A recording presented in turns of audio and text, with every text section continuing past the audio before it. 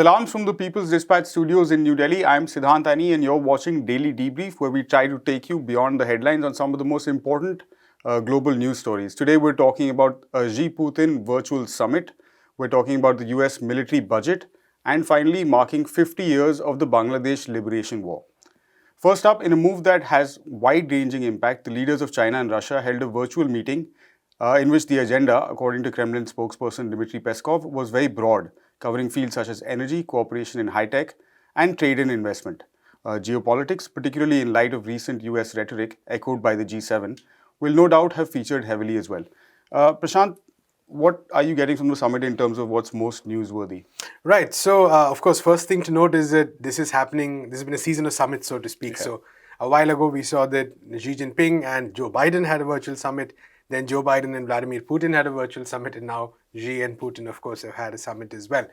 This summit very different from the previous two summits, though, because this has been marked by a great deal of bonhomie, a great deal of camaraderie. You know, it's the second time they're meeting. These leaders have met a lot, and this comes at a time, of course, we'll talk about it a bit later, when there's been the previous two meetings, for instance, were marked with a particular amount of hostility. There was a great deal of tension around it, and so on. So that was actually one of the most important aspects, the fact that these two leaders met, reinforced the fact that the relationships between their countries are very strong, and actually in some senses posited this alliance as an example for the world against some of the other kind of alliances and combinations that are taking place today. Right. So, you know, there was a reference to the fact that there was a war, there was some kind of a caution against splitting countries into groups. There was, in fact, I think one of the leaders spoke about the fact that using terms like multilateralism and rules, the US has been a great advocate of what it calls a rules-based international order. Right. So terms like multilateralism and rules should not be used to divide countries. You know, and there was an emphasis on really a particular kind of, say, harmony and good relations between countries, which stands out in contrast to what the earlier two summits and some of the other important meetings that have been taking place focus around. For instance, just a couple of days ago, we had a G7 ministerial summit, you know, where the advanced economies, they also brought in the ASEAN countries. And, you know, all these meetings have been sort of focusing on isolating or in some senses cornering Russia and China in various ways. So in that sense, it is quite significant that this meeting really focused on this sense of mutual cooperation.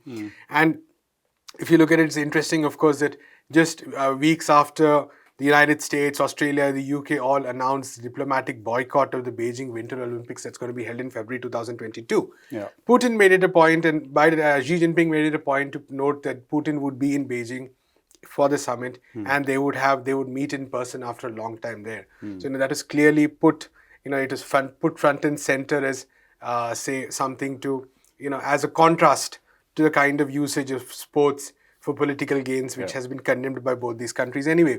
Or for that matter, the fact that both these countries emphasize the COVID cooperation that has been taking place. For instance, China has become an important site for the manufacture of Sputnik vaccines, right? So all these aspects which, you know, focused on, say, positive cooperation between the countries were really highlighted. And I think that's really, it serves to send out a message at this point of time, not only to the United States, but also to, I think, other countries which, for various reasons, are allying with the US agenda or are kind of maybe sitting on the fence. So, you know, the idea is to sort of also give out the message that, you know, it does not have to be, especially to the fence sitters, that it does not have to be an antagonistic relationship. For instance, recently we saw that China did have a meeting with a lot of African countries, right, where a lot of emphasis again was placed on trade, on development and stuff. So it's kind of, at the same time, there was also very clear warnings that, you know, military adventurism will not be tolerated. So I think those are the broad takeaways. Right. A wonderfully named treaty as well, a treaty of good neighborliness and positive or friendly cooperation between the two countries. Right. So that is, of course, the positives of these talks that have come out. But there's still a lot of rhetoric coming from the West. And so what are the broader sort of geopolitical issues that they might have discussed in the context of NATO and such? Right. So there are two angles here. One is, of course, the issue of Ukraine, which you've discussed quite a few times on this show, which is that the United States and its allies have been making a lot of very loud noises and warnings about Ukraine. You know, some sources even talking about war. For instance, even countries like Germany, the new government's ministers have actually embraced very aggressive rhetoric against the Russians, despite the close economic ties that bind them. There have been talks of, for instance, excluding Russia from the SWIFT payment mechanism, which is a really, really dangerous thing, which could destroy the country's economy, cause great hardship to people, as many have realized. So that's happening on one side, of course. The other side, of course, is the fact that the United States has been using issues like Xinjiang, it's been using issues like Taiwan to sort of mount an offensive, diplomatic as well as in other ways offensive on China itself. And this, we know, is also part of its long-term plan of encircling China, for the basic fact that China is emerging as a massive economic competitor to the United States. So, these issues being used as pretext. In both these cases, we have seen instances of, the United States conducting war games, military exercises in the regions around Russia and China. In fact, we must remember they're neighbors. Yeah. So these are actually very, problematic aspects because, like we have said time and again, it's not that the Chinese or the Russians have ships in Hawaii or anything of that sort, or near the east coast of the United States, whereas the United States military and the Navy especially patrols the entire world. So we've had instances of the US underwater submarine colliding with an undersea hill, which we talked about, similarly air exercises with Japan and all that. So keeping all these in mind is actually, I think this meeting also sort of re-emphasizing their friendship in the face of some of these threats as well, in the face of some of these aggressive rhetoric as well. Now, it is very unlikely that the West will go to war over Ukraine. I mean, I think the situation will probably be diffused before that.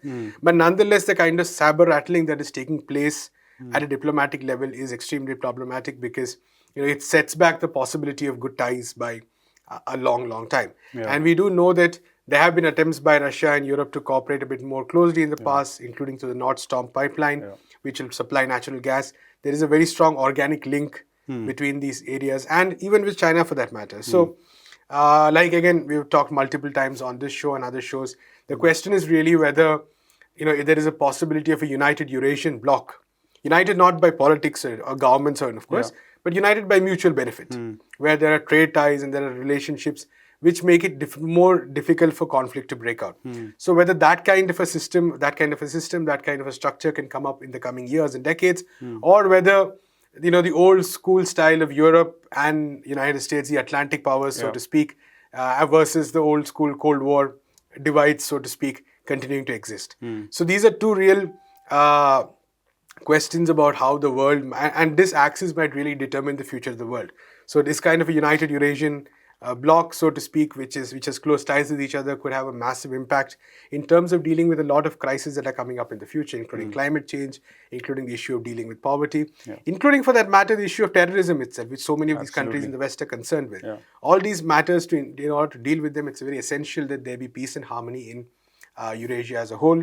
Whereas what the West has been doing continuously is to try to stoke conflict in these regions. We've seen its impact in Iraq, Iran, Afghanistan, all these places, right? So I think that's a larger, geopolitical battleground, so to speak, and these two competing visions of how the world and the future should be that are really, at battling here. One is the legacy of the Cold War, the legacy of, innumerable wars and battlefields, and the other is the possibility of, say, trade and mutual benefit actually, cementing ties and bringing people closer together. So I think these two visions really are what we need to keep thinking about when we think and talk about relations between these two countries as well. Thanks so much, Prashant. All right, we're moving on now to a story that is sort of linked, at least very broadly speaking, to what we were talking about earlier in terms of the China-Russia summit. The United States Senate has passed a $777 billion US defense spending bill, sending the legislation to the desk of US President Joe Biden for final approval. The bill authorizes $25 billion more than the president himself had asked for, and it garnered strong bipartisan support in both the Senate and the House of Representatives. As the world's largest military spender, the US accounts for about 40% of global military spending. We have used our magical studio chair to switch Prashant out for Anish. Anish, what does this indicate in terms of the mindset of the current political and military leadership in the US? Coming as it does, we've seen now 3 successful years of budgetary increases after many years before that where actually there were cutbacks. Yeah, I mean, there were cutbacks in a very limited sense if you look at it, because there were obviously other ways of compensating for that. The real cutbacks, we could have said, happened during the last administration of the Obama years, where you had the military base spending being stabilized at around less than $500 billion. Right. Now we're looking at an enormous increase actually, because if I'm not wrong, the last year's military budget was at about 700 or so billion dollars, and that has come to now 777.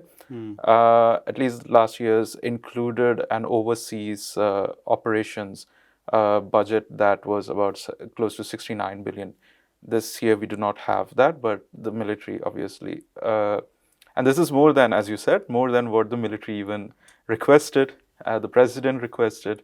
And as you say, like it also shows how difficult it is in the current political establishment to actually bring any kind of meaningful cuts in military spending. We have to remember that a large part of the US political support now also depends on one, the lobbying that the military industrial complex, the defense industry actually spends on each representative and senator in the Congress. Yeah. But apart from that, the other thing we often do not highlight is the fact that there are millions who are dependent on defense related or defense induced job, as they say, and that's anywhere between 2 to 3 million people.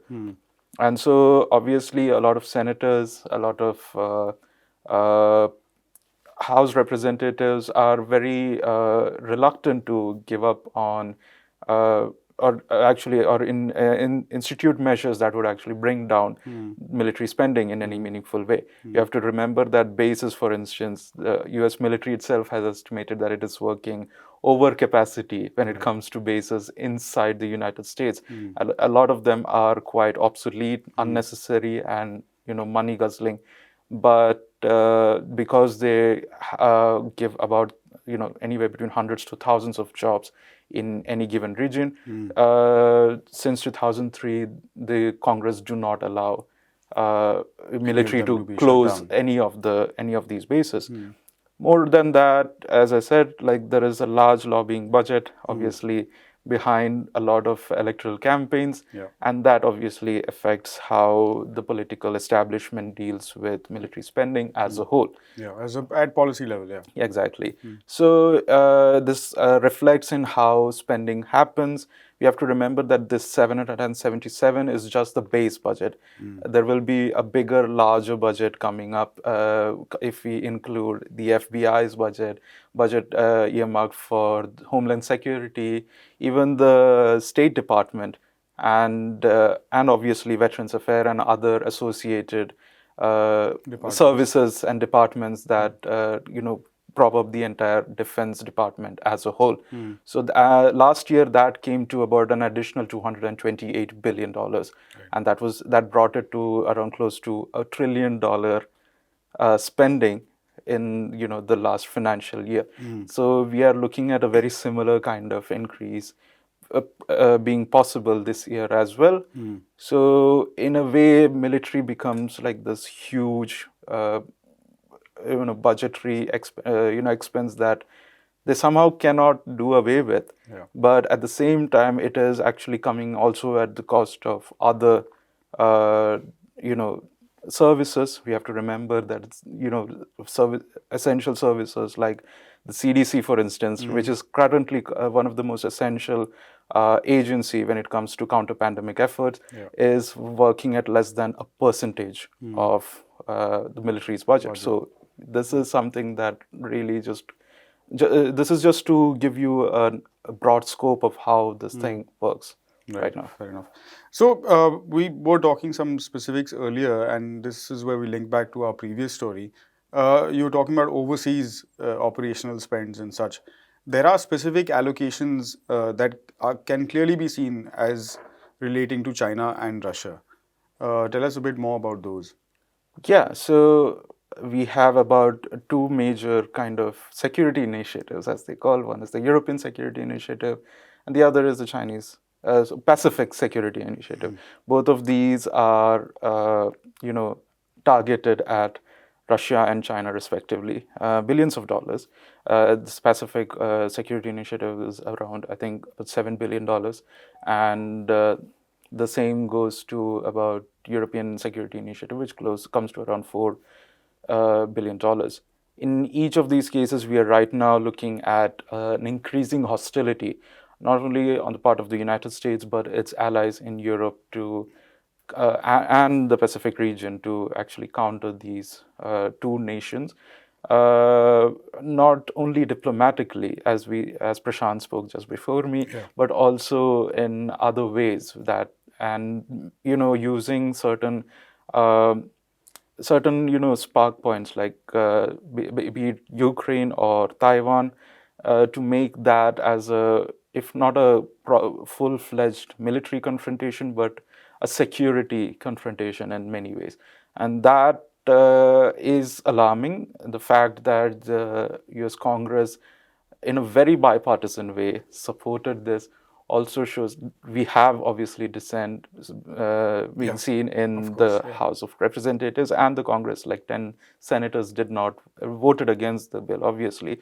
But at the end of the day, this shows that now what used to be a separate earmark budget for overseas operations is now part of the entire military's budgetary operations. Exactly.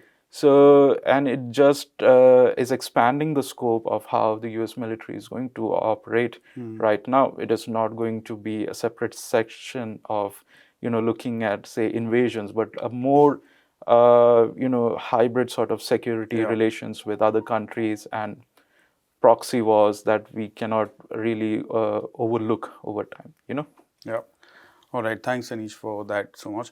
Right. Last but not least, on 16 December 1971, Lieutenant General Amir Abdullah Khan Niazi, Chief Martial Law Administrator of East Pakistan and Commander of Pakistan Army Forces located in East Pakistan, signed the Instrument of Surrender, ending Bangladesh's War of Liberation. Today is 50 years since the end of that horrific period in the region's history. An interesting subject that's come up during the course of these 50-year celebrations is the US approach. To all hands, don't squeeze Yaya at this time are the words of a US presidential memo written by Richard Nixon that sums up this approach. It came a month after Pakistani troops launched what was known as Operation Searchlight in then East Pakistan, targeting freedom fighters, the minority communities, teachers, students, activists brutally. Millions were casualties in this operation, and it also led to a massive refugee crisis. India then intervened in support of the Bangladeshi resistance, and on this day in 1971, Pakistani forces surrendered. The day is marked as Victory Day in Bangladesh. So, Prashant, just sticking with the theme of the US attitude towards this conflict and how progressively it remained actually in the same, and something that's not talked about in terms of that Cold War era flashpoint when the 7th Fleet was up in the Bay of Bengal. What is the wider impact of sort of the 1971 war? Right. So it's actually a very interesting memo you mentioned over there, because the references to Yahya Khan, who was the leader of Pakistan at that point of time. And it's important to note that, of course, at that point there was Pakistan had two parts, of course. There was West Pakistan and East Pakistan, which is now Bangladesh. East Pakistan separated by India. And at that, when the continent was divided in 1947, religion was the basis on which, of course, this division took place. Now, what happened over the decades from 1947 to 1971 was that the identity of the people of Bangladesh, today's Bangladesh, was consistently crushed, whether it be language, whether it be culture. And, the identity and culture of West Pakistan was sought to be imposed. And there was a massive movement against it. A lot of people were martyred. One of the very important struggles of the 20th century, so to speak. And during all this time, it's important to note that Pakistan was a very close ally of the United States, the US consistently providing support. So in 1971, when this crisis broke out in all its enormity, when, as you said, Operation Searchlight, a very brutal operation leading to innumerable deaths, a lot of torture, a lot of atrocities was taking place, the US was very clear that it would continue supporting Pakistan, like I said. And when India intervened finally, partly due to the fact that it was closely associated with the resistance in Bangladesh, partly due to the huge refugee crisis that had taken place because of the Pakistani atrocities. When India did intervene, the United States and the United Kingdom actually sent naval forces, and the attempt was basically that they would at some point attack. What happened at that point of time was that India sounded out its ally, the USSR, which also sent naval forces. And the presence of the USSR forces is believed to have what stopped the US from launching an all-out assault on Bangladesh and India at that point of time. So it's interesting to note that Bangladesh, which was, which is now an independent country, which has made a lot of strides in its own way, has, in Bangladesh too, of course, there's been a constant struggle between right-wing extremism, Muslim majoritarianism and secular thought as well. From a couple of years later, Mujibur Rahman, the founder of Bangladesh, the leader of the movement himself, was killed. But nonetheless, this strain of thought in Bangladesh, there's been a consistent attack against it and also consistent battle to defend it. But even the possibility of that strain of thought existing would have been under threat because of, US imperialist maneuvers. And it's, I think, very important to remember that this almost became a massive global flashpoint because the fact that the United States and the United Kingdom were about to intervene in favor of their ally against a national liberation movement.